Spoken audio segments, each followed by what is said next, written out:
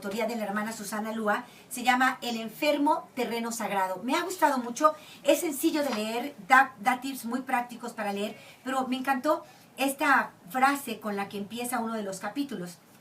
Y está preciosa porque habla de cómo llegar con Dios al enfermo, pero fíjate qué bonito. Dice, no podemos dar recetas baratas para ayudar a un enfermo espiritualmente.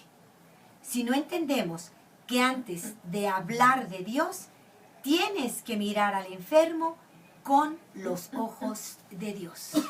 Y Dios siempre mira con amor. ¿Cómo es la mirada de Dios, hermana? Sí, la mirada de Dios ciertamente es, vuelvo a reiterar lo que habíamos comentado, el trabajo personal que tenemos que tener nosotros, en nosotros mismos, porque parte de un conocimiento y muchas veces ni siquiera nos conocemos. Y cuando tenemos una fricción, hablo del padre de familia, hablo del cuidador que está en casa, de pronto lo tomamos muy personal. Exacto. O sea, tenemos que hacer a un lado nuestra situación, reconocer cuáles son nuestras, ahora como dicen los grupos, nuestras FODA, nuestras fortalezas, nuestras debilidades. ¿Para qué? Para no inmiscuir emocionalmente lo que trae el paciente. Porque si desde ahí no me conozco y le contesto, imaginemos que el paciente está negado, de pronto te pide atole y después se altera y dice no quiero nada y te lo anda tirando. Entonces, si tú no sabes ni te conoces cuál es la situación que estás manejando emocional, corres el riesgo de que engancharte. Sí, te enganchas y de ahí empieza a haber un fuego donde en realidad es su situación. Recuerdo a un familiar que decía, es que usted no me comprende.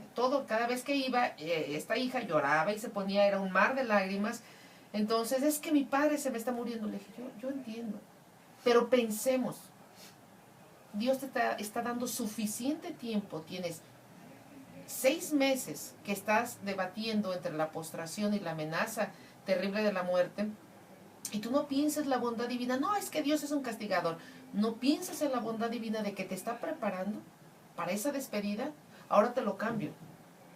Y ponte en el lugar del niño que le dio el beso y tenía 7 años porque lo dejaron en la escuela, el beso al papá, y jamás volvió a saber de él, en una muerte repentina.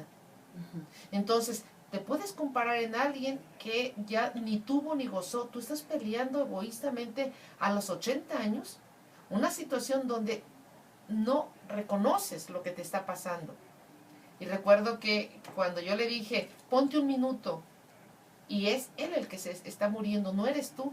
Y recuerdo que la chava totalmente cambia de actitud. Deja ese lloriqueo y dice, ah, caray.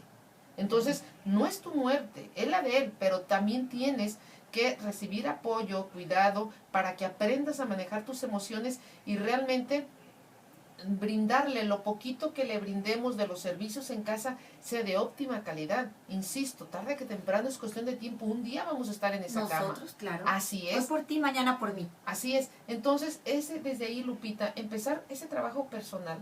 Ese trabajo, ¿para qué? Para no engancharme con la situación del otro. Eso es muy importante. ¿Por qué? Porque el paciente no tiene nadie con quien pelear más que con el cuidador y el familiar. Y imaginemos el cuidador, pobrecito, está agotado, está burneado, como decimos en el área médica, y no recibe ayuda.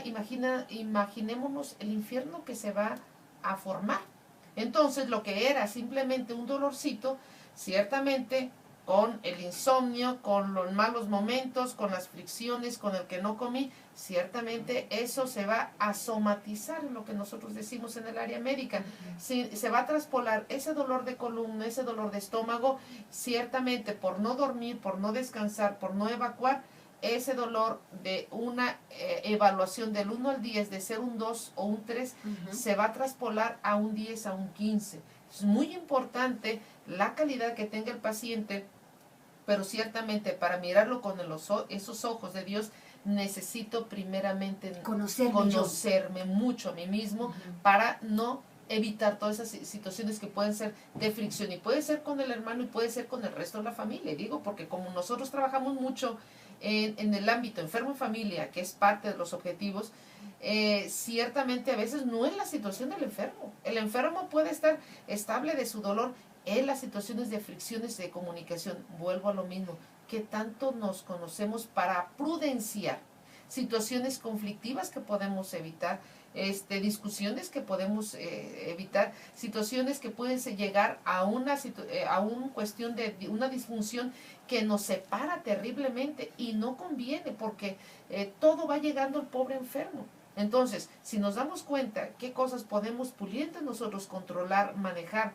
nuestras emociones y patalear. Yo le decía a alguien, bueno, si no tienes con quién patalear, pues cómprate un costal de tierra o lo que sea y ponlo ahí en la cochera, en el jardín y patealo. Pero saca tu emoción, dale un nombre. Siento ira, coraje, impotencia, porque estoy desvelado, porque qué sé yo cuál es la situación que me ha embargado.